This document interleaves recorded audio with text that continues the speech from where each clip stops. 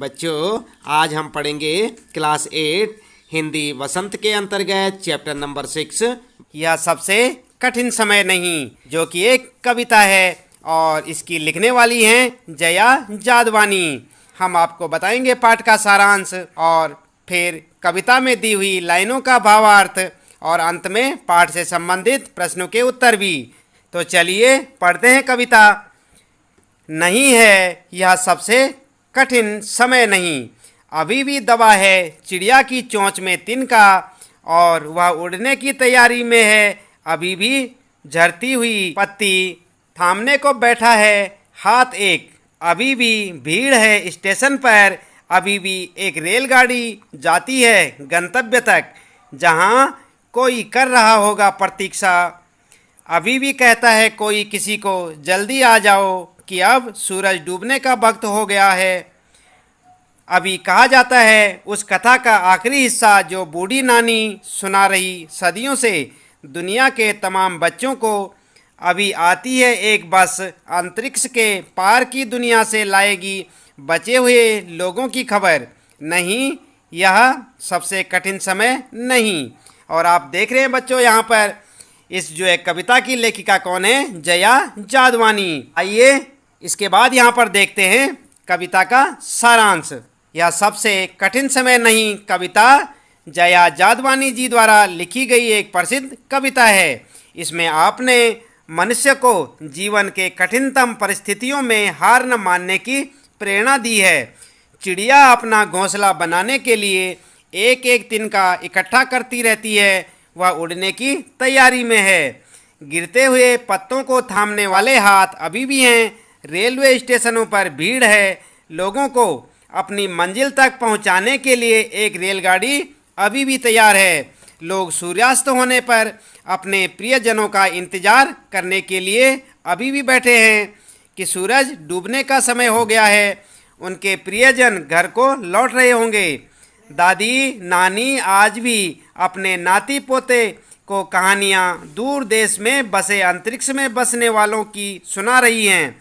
अभी भी संसार में गतिशीलता जारी है, अतः निराश होने की जरूरत नहीं। अतः उदाहरणों से प्रेरणा लेकर आगे बढ़ने की जरूरत है। यह सबसे कठिन समय नहीं है। तो बच्चों, इस प्रकार से इस कविता में जो है सारांश के माध्यम से आप समझ सकते हैं कि क्या कुछ इस कविता में प्रेरणा दी गई है। इसके बाद आइए देखते हैं यहाँ पर कविता का अर्थ। पहली लाइनें क्या थी कविता की? नहीं, यह सबसे कठिन समय नहीं, अभी भी दबा है चिड़िया की चोंच में तिनका, और वह उड़ने की तैयारी में है। अभी भी झरती हुई पत्ती थामने को बैठा है हाथ एक। अभी भी भीड़ है स्टेशन पर, अभी भी एक रेलगाड़ी जाती है गंतव्य तक, जहां कोई कर रहा होगा प्रतीक्षा। इसका अर्थ होगा कि कवियत्री प्रस्तुत पंक्तियों में लोगों को आशावान बनने की प्रेरणा दे रही है। व्यक्ति को लगता है कि यह सबसे कठिन समय है, उसके बचने की उम्मीद नहीं है, लेकिन फिर भी जीवन में कुछ उदाहरण हैं जिन्हें हम देख सकते हैं। चिड़िया की चोंच में तिनका दबा हुआ है, वह अपना घोंसला बनाने की तैयारी में है। पेड़ से जो पत्तियां गिरती हैं उन्हें भी इकट्ठा करके अपने घर ले जाने के लिए लोग अपने हाथों से थामने के लिए बैठे हैं। लोग अभी भी घर जाने के लिए तैयार बैठे हैं। रेलगाड़ियों पर जाने के लिए स्टेशनों पर भीड़ बैठी है। अपने घर जाने वालों की कोई कमी नहीं है। अभी भी स्टेशन पर अपनी मंजिल तक पहुंचने के लिए एक गाड़ी जाती है, अतः निराश होने की आवश्यकता नहीं। यह सबसे कठिन समय नहीं है। इसके बाद अगली पंक्तियाँ आप देखें। अभी भी कहता है कोई किसी को जल्दी आ जाओ कि अब सूरज डूबने का वक्त हो गया। अभी कहा जाता है उस कथा का आखिरी हिस्सा जो बूढ़ी नानी सुना रही सदियों से दुनिया के तमाम बच्चों को। अभी आती है एक बस अंतरिक्ष के पार की दुनिया से लाएगी बचे हुए लोगों की खबर। नहीं, यह सबसे कठिन समय नहीं है। तो अर्थ आप देखें इसका किस प्रकार से आप लिखेंगे।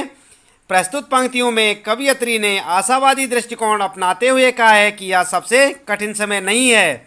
शाम होने पर बाहर जाने वालों का इंतजार आज भी किया जाता है। कोई किसी की प्रतीक्षा कर रहा हो कि घर जल्दी लौट आओ।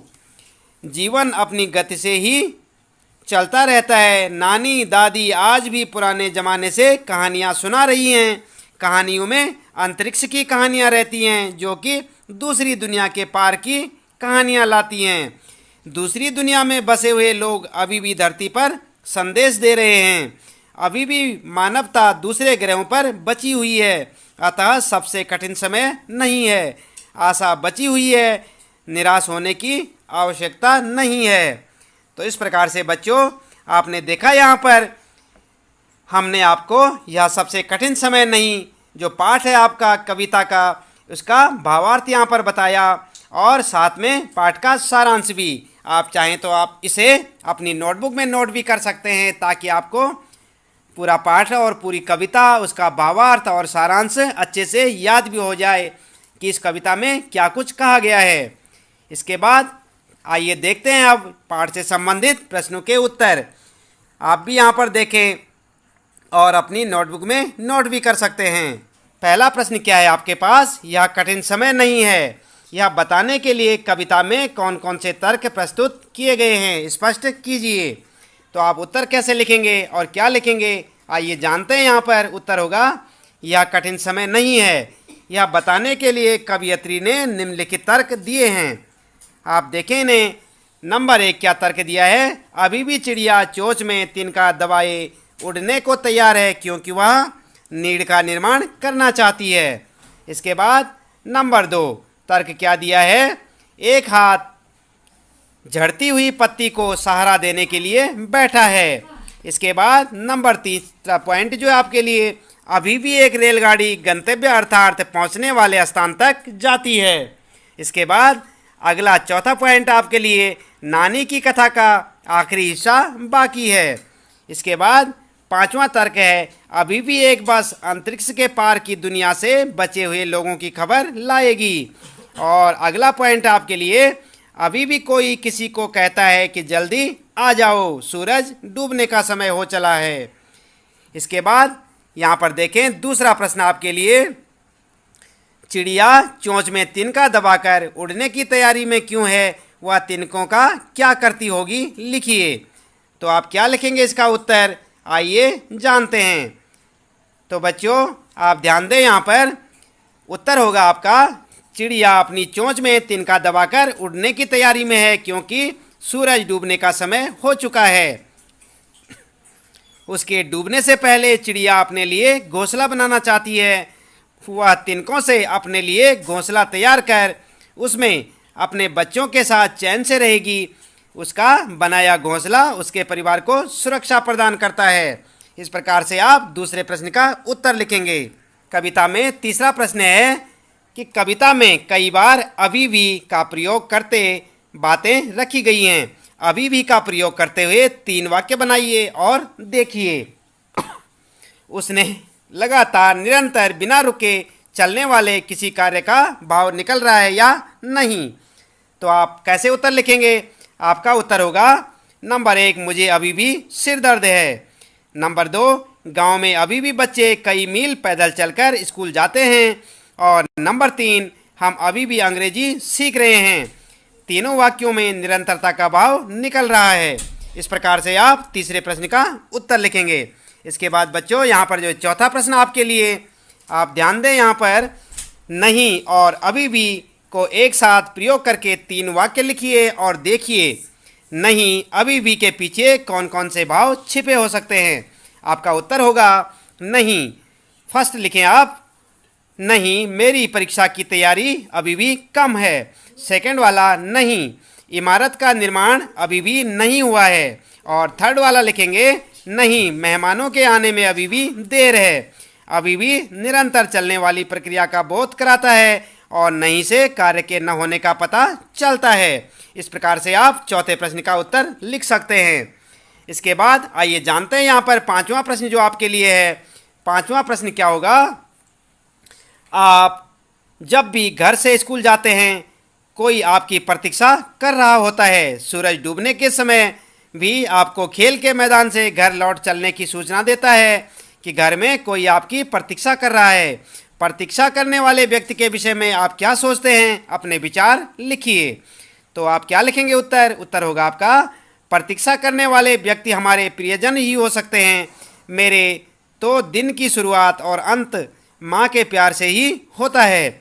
सुबह में प्यार से माथा चूमकर जगाने में माँ का प्यार, नाश्ते में बनी पसंद की चीज़ों में माँ का प्यार, भले बुरे की डांट में माँ का प्यार, सूरज डूबने के साथ खेल के मैदान से घर लौट चलने की सूचना देता माँ का प्यार, और जीने का सलीका सिखाता माँ का प्यार। इन सब का कारण यह है कि वह मुझसे विशेष अपनत्व और लगाव रखती है, मेरे सुख दुख और ज़रूरतों को ध्यान में रखती है। इस प्रकार से आप 5वें प्रश्न का उत्तर लिखेंगे। आपका ये चैप्टर यहाँ पर जो है समाप्त हो जाता है। ताकि जो मुख्य उद्देश्य था यहाँ पर क्या था कि मनुष्य को कठिनतम परिस्थितियों में भी हार नहीं माननी चाहिए। यही जो है हमारी जो कवियत्री थी, यानी कि इस कविता की जो लेखिका थी जया जादवानी ने यहाँ पर जो है संदेश दिया है। उम्मीद है कि आपको ये कविता पसंद आई होगी और इसका भावार्थ, सारांश और जो प्रश्नों के उत्तर हमने आपको बताए वो पूरे के पूरे आपके समझ में आए होंगे। तो इसी प्रकार से अन्य पाठों को लगातार आप देखते रहें। आज के लिए इतना ही काफ़ी है। आप इसे अच्छे से पढ़ें, याद करें और समझें। आपका दिन शुभ हो।